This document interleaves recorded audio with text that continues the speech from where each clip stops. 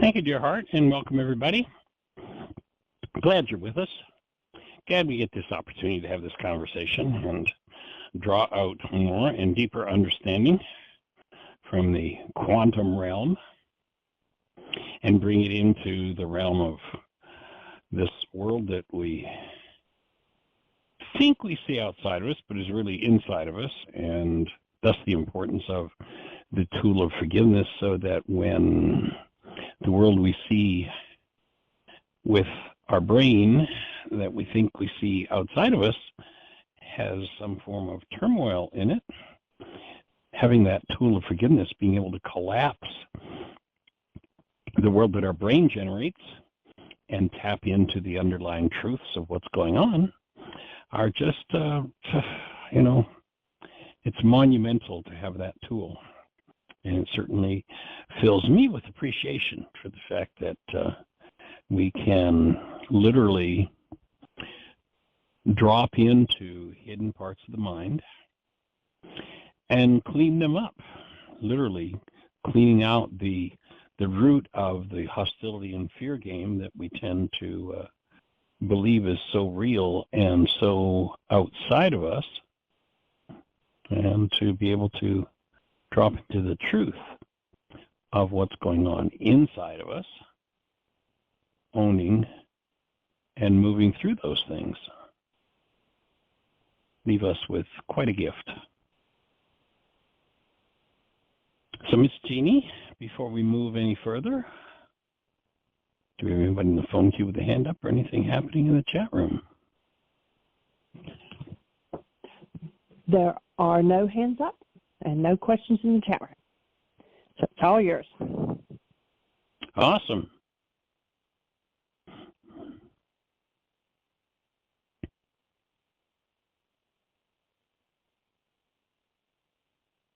Michael, are you there? I'm here. I'm trying to get my my phone is slow in opening some material that I wanted to take a look at. We just posted yesterday a new version of the course on holistic self-healing on our Facebook page. So anybody that wants to access that, you can go to Facebook and JM_RYCE is where you'll touch into that article if you'd like to move through it. And we're looking to see that the study of health is where the real advancement comes in the creation of healing, when you recognize that we are creative beings, and that in the Mind Shifters and Still Point Breathing session we did this past weekend, one of the conversations we got into was this idea of a law that we've spoken about before called the perpetual transmutation of radiant energy, and that there's this ongoing shifting of energy from one form to another to another. The sun puts out this light energy and this infrared heat energy, which hits the ground and is turned. The heat isn't in the air as such until it hits the ground. It creates a transmutation where all of a sudden the soil starts heating, feeds the heat to the seed starts to absorb that heat, take in water, take in all these different energetic patterns, and according to the pattern in the seed, all of those energies are transmuted into whatever the plant is. If you plant a corn seed, you're going to get corn, you can't get apples. There's got to be a frequency pattern that directs the transmutation, the changing of those energetic patterns. We eat the fruit from that tree, that seed that grew and produced fruit, and our bodies transmute it into action, and we get this privilege of stepping into the role of being creators, i.e., we can flow according to whatever energetic patterns are in us, and they'll be transmuted physically, mentally, emotionally, verbally. They'll be transmuted into whatever patterns happen to reside within us. But as far as we know, we are the only creature in the creation that can consciously originate something new and direct that transmutation into a different direction. And that leads us to probably the greatest atrocity that's ever been done to us as human beings down through the ages, and that is that we've had hidden from us the fact that we can consciously enter into doing that. Rather than doing what the generations have done, rather than doing the patterns of the culture, the patterns of the family, we can originate something totally and completely new. If you don't step in and do the work of originating something new, then you'll probably end up asking yourself the question of my book, why is this happening to me again?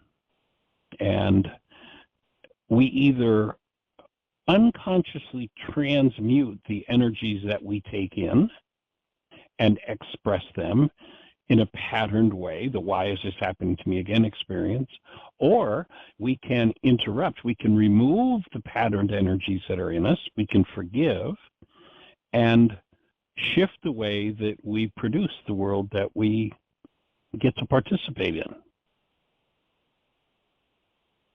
So if our view of ourselves as creators is limited, then our ability to, in accord with that term, perpetual transmutation of radiant energy, then our ability to transmute energies into joy or aliveness, if our family pattern is one of pain and suffering, then we're going to be limited until we can until we can do one of two things. One, we can remove the energetic pattern of suffering and pain, if that's what's in our bloodlines, and or we choose to consciously originate something from a different level of awareness than the old pain and suffering, and that level of awareness is from the state of being, the state of who we are. And so one of the things we're here to do is to uncover the idea of the fact that we are creators and that we can choose to move energies in our lives into different directions than we've been patterned to. So if we're limited in our view of anything, then we tend to come to incorrect conclusions about everything.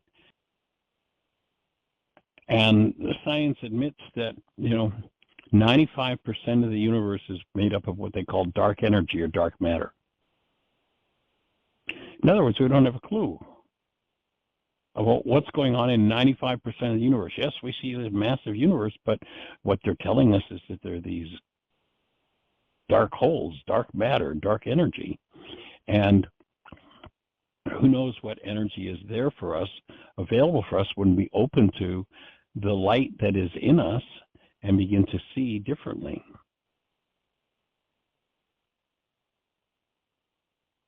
As one builds the brain cells, one comes into deeper and deeper contact with and comprehends what we're really capable of as human beings. People tend, if they're just in a pattern, it takes no effort. They replicate the pattern. They go, well, I'm not creating this. It's happening to me. It takes some effort to undo or to forgive, to remove the patterns that lead to negative creation. It takes work. It takes effort. But it's a much easier way to live than just playing out the old patterns. Of course, playing out the old patterns is effortless, and it seems like a lot of work to change that. It's such a much more rewarding way to live when we choose to undo the old patterns, applying the tool of forgiveness. So, and for me personally, when I first started doing this work, when people would hear an idea like this in, let's say, one conceptual language, it would be, well, that's pretty interesting. And when we start to synthesize all of the disciplines that this work seeks to bring in, we're looking to bring in, of course, the root of my thinking these days. My original work is in electronics and with a side study in physics, but then bring that into the realm of things like naturopathic medicine, energy systems, quantum theory, neurolinguistic, spiritual psychology, looking at the truth principles that are in our theological text, philosophically understanding, moving the mind in different directions than its limits, recognizing what physiology has to do and how it limits the mind, and how to open the energy field so that more and more and more we can connect with what's in our genes, process through the limiting things that are in our genes, and move into higher and higher realms, recognizing that nutrition is an important part of the process. If we don't have the vital energies that are needed, that come into the structure through nutrition, then we tend to be limited. And of course, you watch how people close down possibilities by holding their breath when they're facing something that they don't like. So when we bring this all together, what happens is we get to bigger and bigger pictures, comprehensible, of what this ability to transmute energy really means. You know, it's kind of like that's a bottom line of it. And to provide a set of tools for doing that from a synthesis of all those disciplines is what we're here to do. So hopefully engaging in this whole conversation supports expansion. It's interesting, in the Aramaic language, there's a term that speaks of the kingdom of heaven. And actually, there are two proper interpretations of that idea. One is the community of love, and the other one is the kingdom of expansion, the space of expansion. And you'll recall that Yeshua 2,000 years ago said that was within us. The unexplored space within us is what really is the new frontier.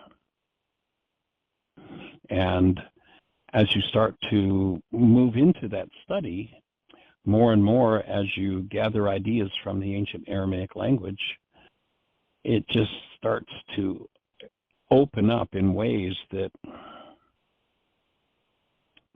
it's almost unimaginable. And of course, it's not something, you know, what we're talking about, this whole body of work is not something to just audit with your mind. Oh, I'll sit back and I'll watch all this, or I'll read all this, or I'll build all these brain cells, but rather to really engage in and experience at every level this state of being and the work of undoing the past and making room for, making a space for that higher state of being called love to fully enter into physiology at the deepest levels. And of course, in doing so, to build awareness of what you're required to let go of to make room for it. And when you start taking the blinders off, the possibilities are just amazing. And of course, the idea is to understand that. You know, a quote that comes from Albert Einstein says, any fool can know. The point is understanding. You know, a lot of people, they first hear those words, the perpetual transmutation of radiant energy, and say, what the heck does that mean? But when you understand that you are a director of what happens to the energies within you and that come through you, and that you can move them in many different directions, there's the understanding that we want people to have. And if it seems like your life is patterned, it's probably because it is. And there's where the forgiveness tool comes in, to undo the patterns so that you can move in a totally and completely different direction with the energies that are given to you. That it's up to you to form them. It's up to you to mold them into an expression in the world that, you know, maybe in your bloodline and my bloodline have never been seen before. And that we open to possibilities when that happens.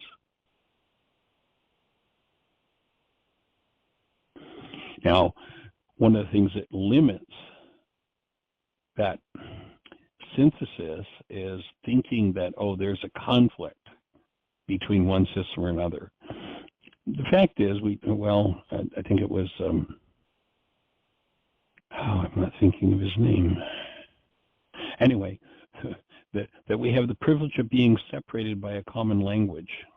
The scientist speaks, and it seems like it's totally and completely in conflict with, say, for instance, the theologian.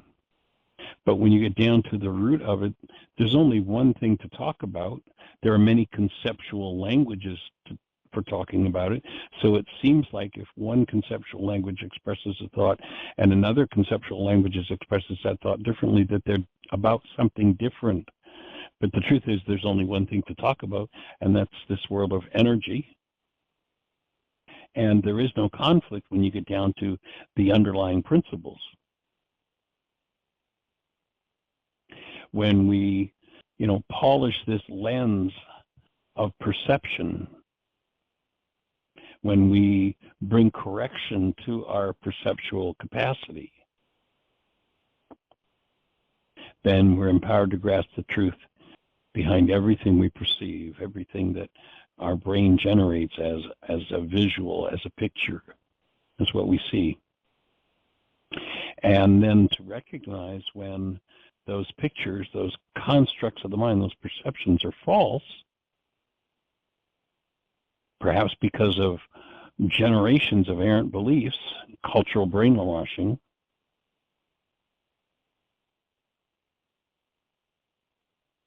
when those pictures are collapsed,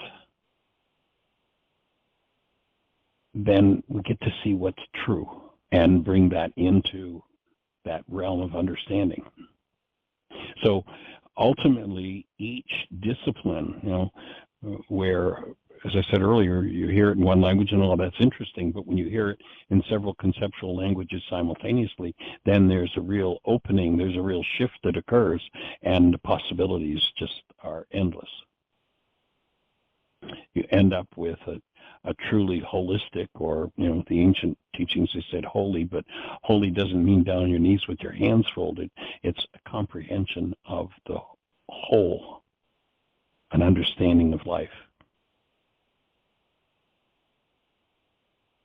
So when our perceptual lens is corrected and therefore accurate, and you might remember Paul speaks about, and you'd say, well, how does Paul come into this conversation?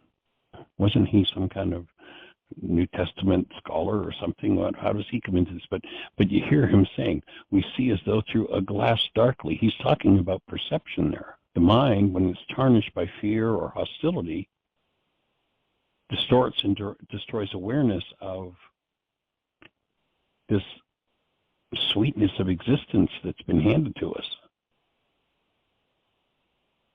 And if one doesn't have the tools, then once perception is poisoned, inaccurate perceptual constructs distort everything. Life, the body, the mind, our part in it.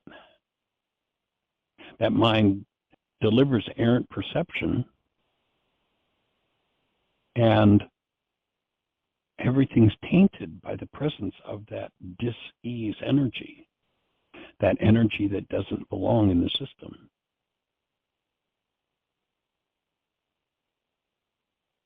And once that poison seeps deeply into, let's say, a family system or a cultural system, the body, mind, nervous system of the individual comes to the conclusion that these things are inescapable.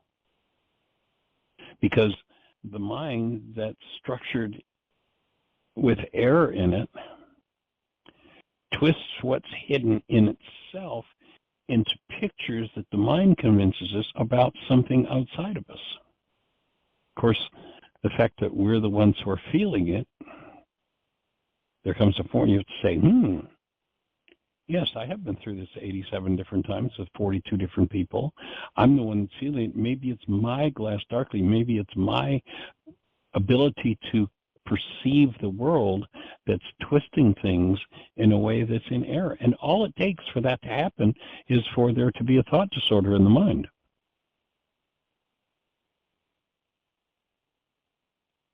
And of course, while we're feeling it, the mind plays this game and produces this picture that shows us that the problem's outside of us.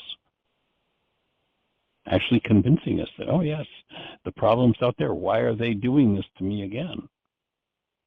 So until perception is cleansed, joy is throttled, and there seems to be reason for upset in everything that's seen. It can be really helpful to understand that everything that's seen is a construct of one's own mind. Again, we see with our minds, not with our eyes. That's a quote from Aria Rain.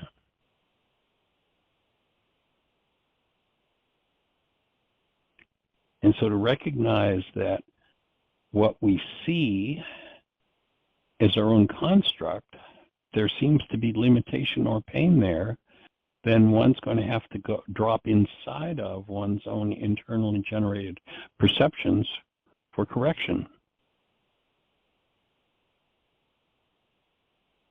Bruce Lipton is a cell biologist, says it so perfectly, so simply.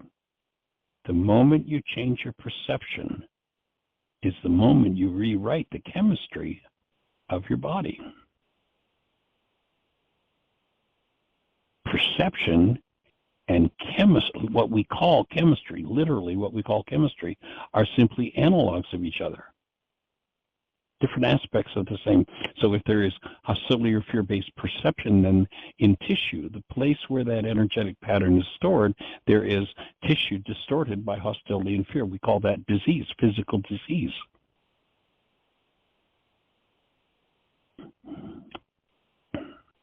When we recognize that, then realizing that on the other end of a pained body is a pained mental construct, and having the tool with which to collapse our pained mental constructs and drop into the root of them, of course that's called forgiveness, becomes the most important skill one could have.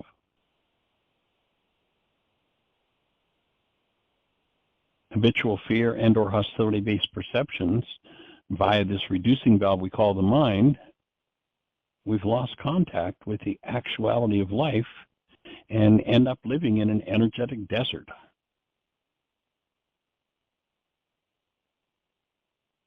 Separated by our own states of mind from the underlying continuous presence of love, which is our very essence and the matrix in which we live, move, and have our being. Love as a state of being seems unavailable to one whose physiology is filled with generational patterns. But it's only available because of the secrets that are hidden in the mind. Pain, the trauma, the fear. And the mind keeps those things out of view. And the problem with keeping them out of view, which seems like, well, that's great that I don't have to see them, I don't have to deal with them. But then what you realize is those things become the root of the output of your mind. You go back to Yeshua, he says, take care of the heart, for out of it are the issues in life. He's not talking about the physical organ. That word heart would be, in the ancient Aramaic language, would be the equivalent of the unconscious. Take care of what's going on inside of you that you are unconscious of, because that becomes what perpetually transmutes energy in your life, and you then become an unconscious creator. Of the mind, the generational patterns, we get to open to the experience of what for many has been the forgotten presence of love. And restoration of the heart. You know, they're discovering that there are two minds, and they're even coming to the point where they're calling them brains. One of them, the one between our ears, and the other one, the heart. And it takes the restoration of the heart in its communication with the mind to really bring into full view what we're truly powerful of, with the objective of getting back to the point where the profoundly beautiful, healing, physiological, emotional, and spiritual experience of love is our norm, to return to that place. Of course, if our generational patterns have a different idea, then it'll seem to be that life operates differently. And this is where Einstein's thing of it's not just about knowing, but it's understanding the why and how of it.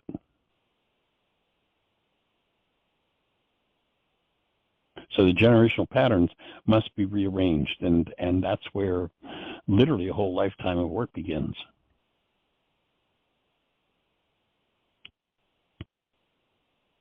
Any given explanation the mind has for a phenomenon when it's in blockage of truth may be totally, completely false, actually silly, fraudulent, but it's accepted because the culture and generational patterns of errant perception make it seem so.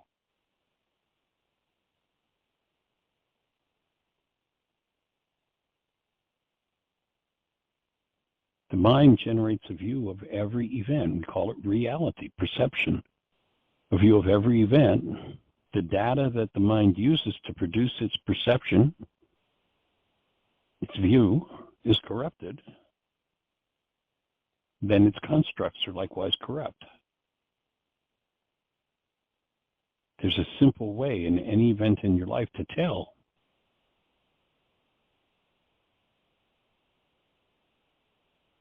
if the data that your mind is using is corrupted, and that is that there's fear and or hostility moving in you. There's been a disconnect from the presence of love. And when we're disconnected from that, we do silly things in the most ridiculous places. If you've ever done anything you regret, you'll notice that what was moving in you when you did what you regretted was some form of fear or hostility. And we can tell ourselves a lie that someone else was the cause of our aberrant behavior, but the error, the pain, the emotional disease that drives pain perception lies within us. When you realize that what lies in your own perception needs correction and the return to love, then you stop blaming the world and you step into doing your work. And of course, the motivator for that is that all emotional disease eventually becomes physical. All physical disease is rooted in the emotional.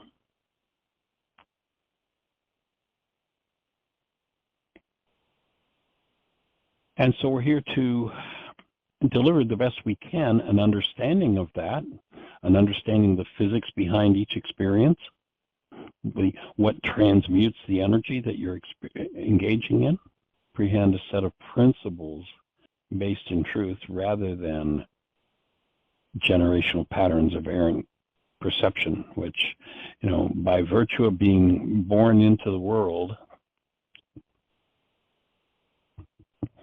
we automatically become, by probably the age of 3 or 4, we automatically become card-carrying members of the one world religion of blame.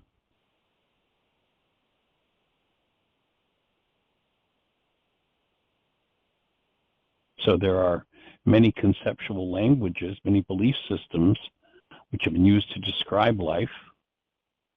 And what we're looking to do with this work is to synthesize as many of those as possible into an understanding, bypassing the seeming conflicts and understanding where these different, apparently different systems of thought come from, and realize the principle behind them all are consistent. They're identical.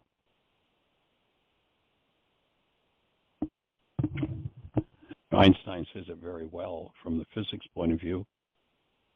He says, on such things as matter, we have been all wrong. What we've heretofore called matter is energy, energy whose vibrations have been so low as to be perceptible to the senses. There is no matter, he says. So what is the matter? It's the mind that determines what energetic patterns we solidify and bring into expression, that we allow to be transmuted through us.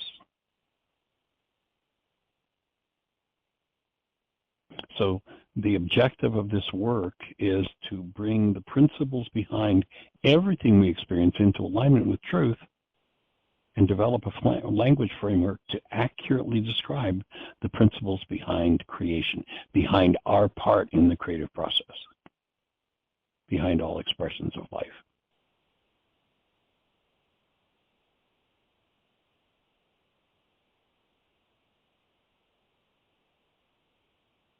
So the truth of these principles, unfortunately, is often hidden by ancient or modern misunderstandings and misperceptions. And what we want to do is upgrade those flaws, bring healing, forgive the underlying dynamics of the flaws in our own minds, healing our physiology and realigning our energy with truth. And that will empower the perceptual mind to deliver a more accurate overview of the circle of life and how life works. And once we do that, then we get to see our part in that circle, the part we were designed to play and that we're capable of carrying out. When individually and collectively we remove the discordant energetic patterns, we acquire new skill sets and heal, then we reorganize, to break that word down, literally organic structure changes, and bring everything that is out of harmony about us back into proper alignment. Energy fields or energy systems do not improve, do not strengthen, do not do a better job by effort. They are improved, tweaked, empowered by alignment. Each correction using the tools within this body, mind, and nervous system enhances our ability to affect change through a deeper awareness and understanding of the principles in operation within ourselves, within our family systems, our ancestors, and our descendants, and our impact on the world. So ultimately, you must understand your part in the process and ultimately build such an awareness that you become your own primary healthcare provider.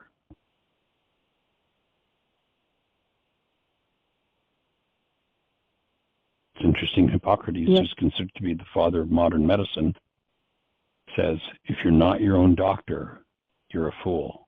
The natural healing force within each one of us is the greatest force in getting well. And if someone wishes for good health, one must first ask oneself if he or she is ready to do away with the reasons for the illness. Only then is it possible to help one. And Miss Jeanie, I think I heard your voice. Do we have somebody who's got something to share with us? We do have a hand up, and I believe it's Joe, 864. You're on the air. Hey. Sweet. Hey, young man. Joe. Hey. What's happening? We're rocking along.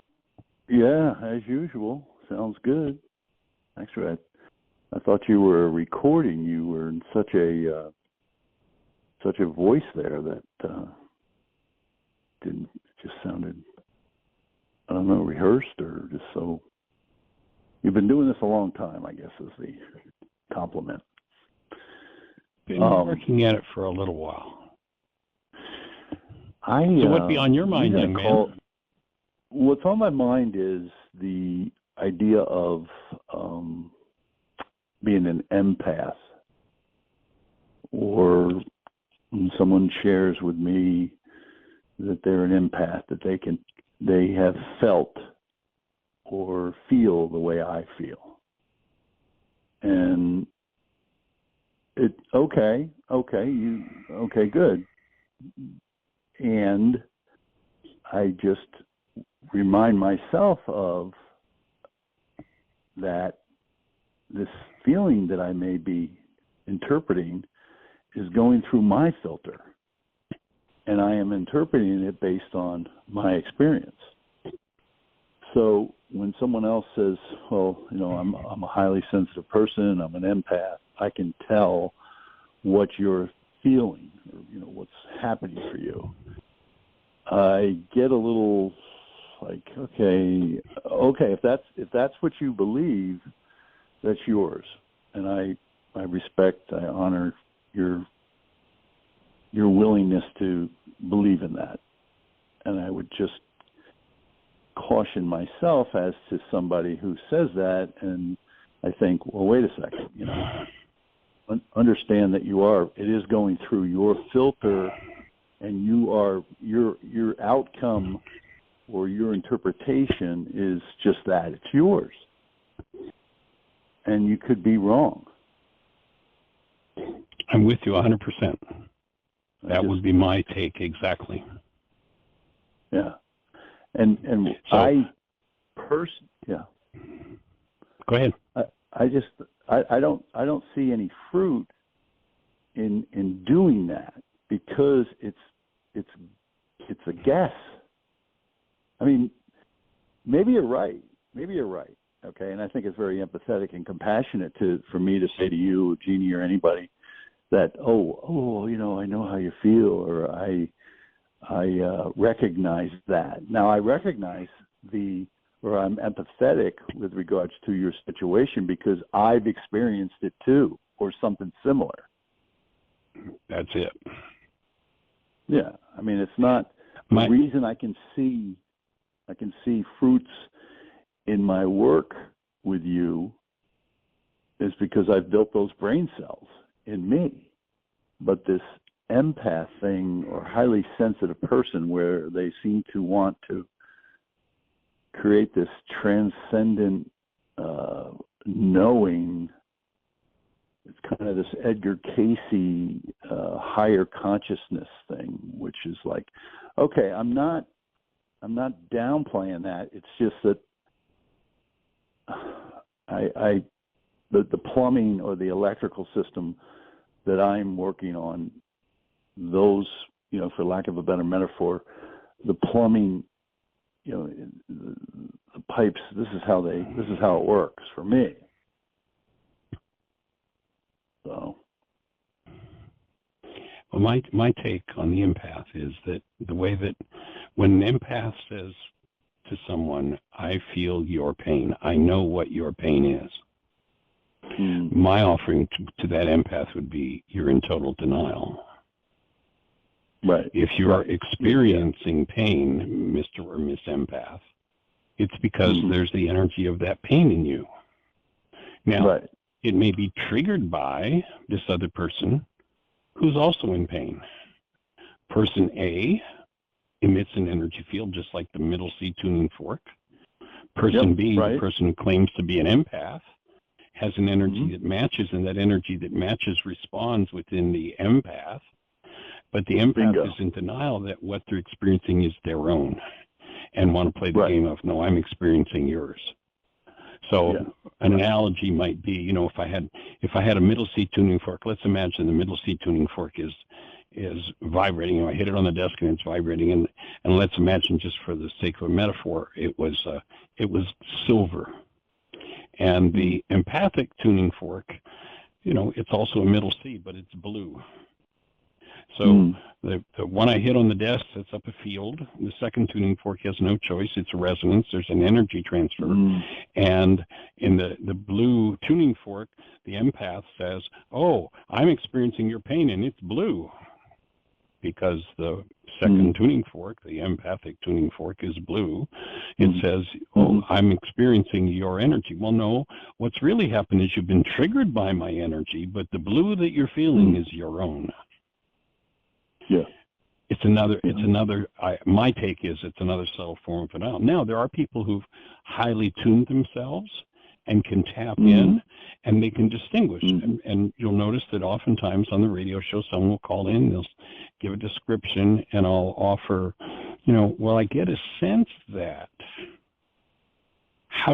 Is that what's moving for you? So for me, when I say I get the sense that, what I'm saying is, well, what's moving in me for me, and how I would interpret this is, Yeah. Is that what's moving for you? Is that a clue for you? Does that fit for you? So I'm asking the other person to check it out, as opposed to, well, I have a perception of it, and this is absolutely what it is because I'm feeling yours. Exactly. You can't feel anybody else's. You just can't do it. And you're presenting it in a manner to say, I could be wrong, or I'm open. This is what I'm experiencing. Is this what you're experiencing? Right. Instead of this, it's almost authoritative. It's like, okay, this is what's happening for you. It's like, well, I'm not going to say no, that is what's happening, but I'm not going to say yes either, because it's like you had said the other day, where I find myself, somebody says to me, why? I said, why? Why's not good, because, there's generational the booby stuff. prize. Who knows? Yeah, it's a booby prize. Right. It's just, You're never going to figure it out. Yeah, you're going to figure out, but you'll never figure it out. There you go. You can forgive it. Again, you can forgive it. The key F word. Speaking of F words, there it is. that forgiveness is. It truly is the I don't know, the salve, the ointment. Well, if I'm in a state of pained perception, to try to figure out the root of that, and then I'm entangled with someone else who's also in pain perception, and we're going to figure that out is just a joke. When you start realizing we have genetic influences, cultural influences, I've seen people, Magda did a piece, and shared on the radio show back a year or so ago when we were doing the codependence intent. So I don't know if you'll come across that part in the self-study course. I did, yes. But where she communicates with her grandfather. I mean, she's tapped in and she's got a conversation going with him, but that's not something you figure out with your mind. That's something that through forgiveness you get to access.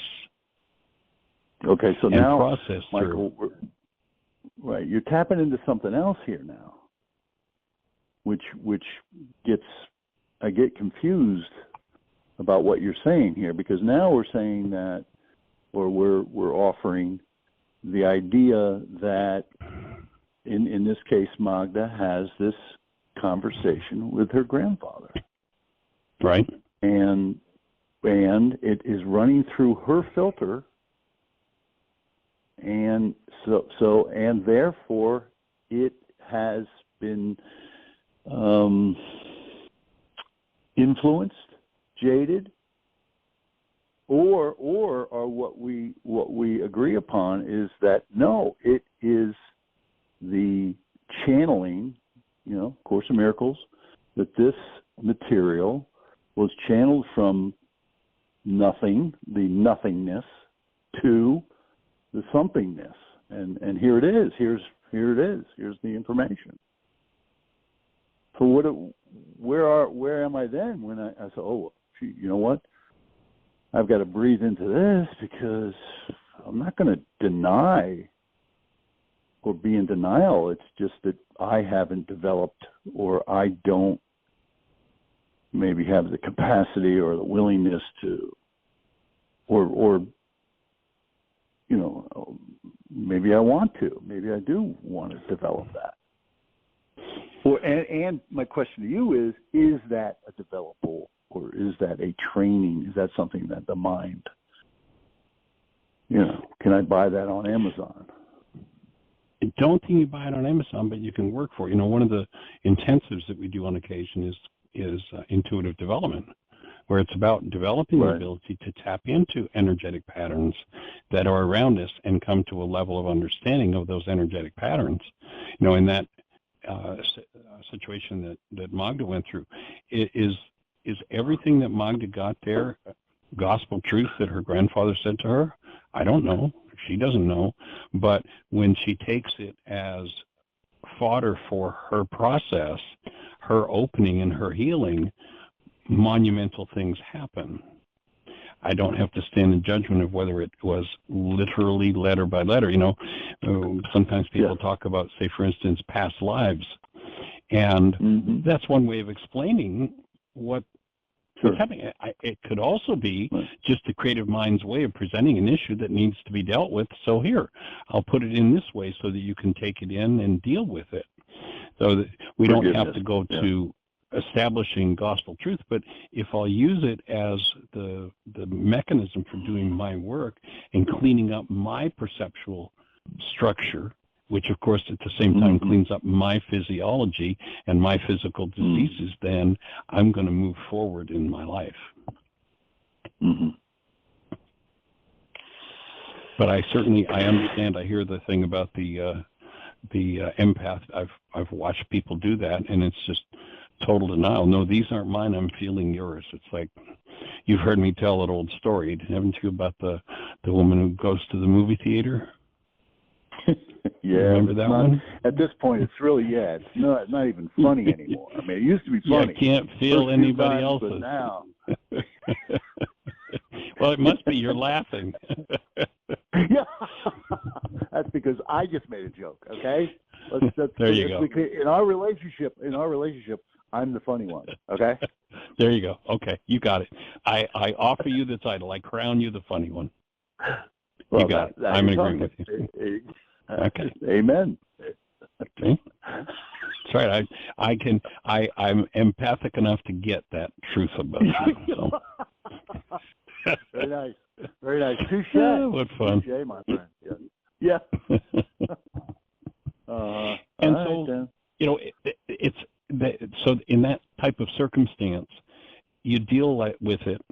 My experience would be to deal with it the same as any other form of denial. What am I going to do with it? Well, is it my job to say anything? If it is, then I'm going to say it. Is it going to raise some hell? Yeah, it might. It might not. Or is it my job to just hold the space and let whatever unfolds unfold? I like. I'm going to have to choose what my. I'm going to have to choose what my part is in the process, because any time that you pull somebody out of denial, unless there's great willingness to give up their religious belief in the one world religion of blame and move into the church of responsibility, there's usually going to be hell to pay. So you just have to make your choice as to what you're going to do with it. Yeah, it's always, I find it most fruitful to let it unfold of its own and point out maybe, as that fruit shows up. It may not be as hold the space. It may not be as there it is. Hold the space. That's it. That's one of the greatest gifts we can give whenever anybody's in denial, including ourselves. Yes. Yeah. Yeah, well, I mean, it's you look at our definition of denial. Whenever I think or speak as though something outside of me is the cause of something inside of me, that describes the whole empathic experience. Now, when I recognize that something outside of me is triggering something in me, and here's what's going on, and I'm going to be responsible for what's moving in me, does that match yours? Well, it might match yours, and then we'll go, hey, we just got an opening here. If it doesn't match yours, then I make the space for yours to be what it is, and I own what's mine, as opposed to trying to make mine, because I'm an empath, yours. I mean, it's the whole definition of denial. This is moving in me because of what you're experiencing. No, it's moving in you because that's what's in you. That'd be my take. Right. That's just it. That's the take, and let it cultivate from there. I don't see any other. Just let it breathe into it and go from there. It's not. This friend did. I had the healing work done. I was on a table and she was holding a space and we were going over some prayers that she had, and it was all very nice. And I felt like I had done some work around my mom's dying and how messy it all was, and just more. I've already done some of that. I did some of that with you in, I think it was in Virginia, I think, at that Catholic church. But anyway, the point being that these things, anyway, these things will come up until they're resolved for me. Yes. And she had shared with me, the healer, Sherry, had shared with me that she has these severe headaches, and I thought, well, maybe it's something that you're eating. Have you thought about that? Oh yeah, I thought about that. But then she said to me, it also could be some of my other clients that I'm working with. And to me, that's like, whoa. What are you saying? That not possible. Right. So now, if what she was saying, it could be what some of my other clients are resonating in me, I'd say you're right on. Now there's your forgiveness work. Okay, exactly. But when it's like, oh, I'm experiencing this because I took that energy on from my other client, no, I can't. Yeah. A middle C tuning fork can't take anything on but a middle C. A healthy form can't take on disease from another. Although there's a strong belief in that in many healing communities.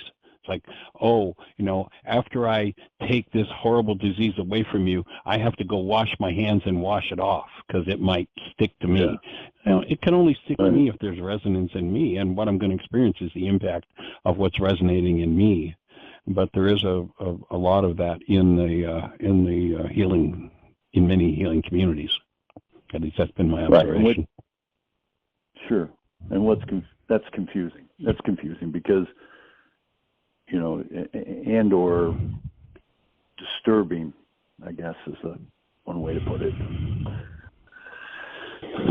Does she have severe headaches? Yeah, migraine.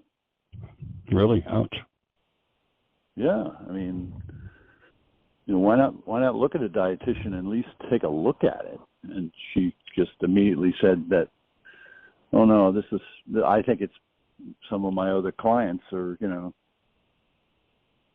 So there's that classic denial. It's almost but it's not. It may not be if she says it in a certain way or if she thinks of it in a certain way.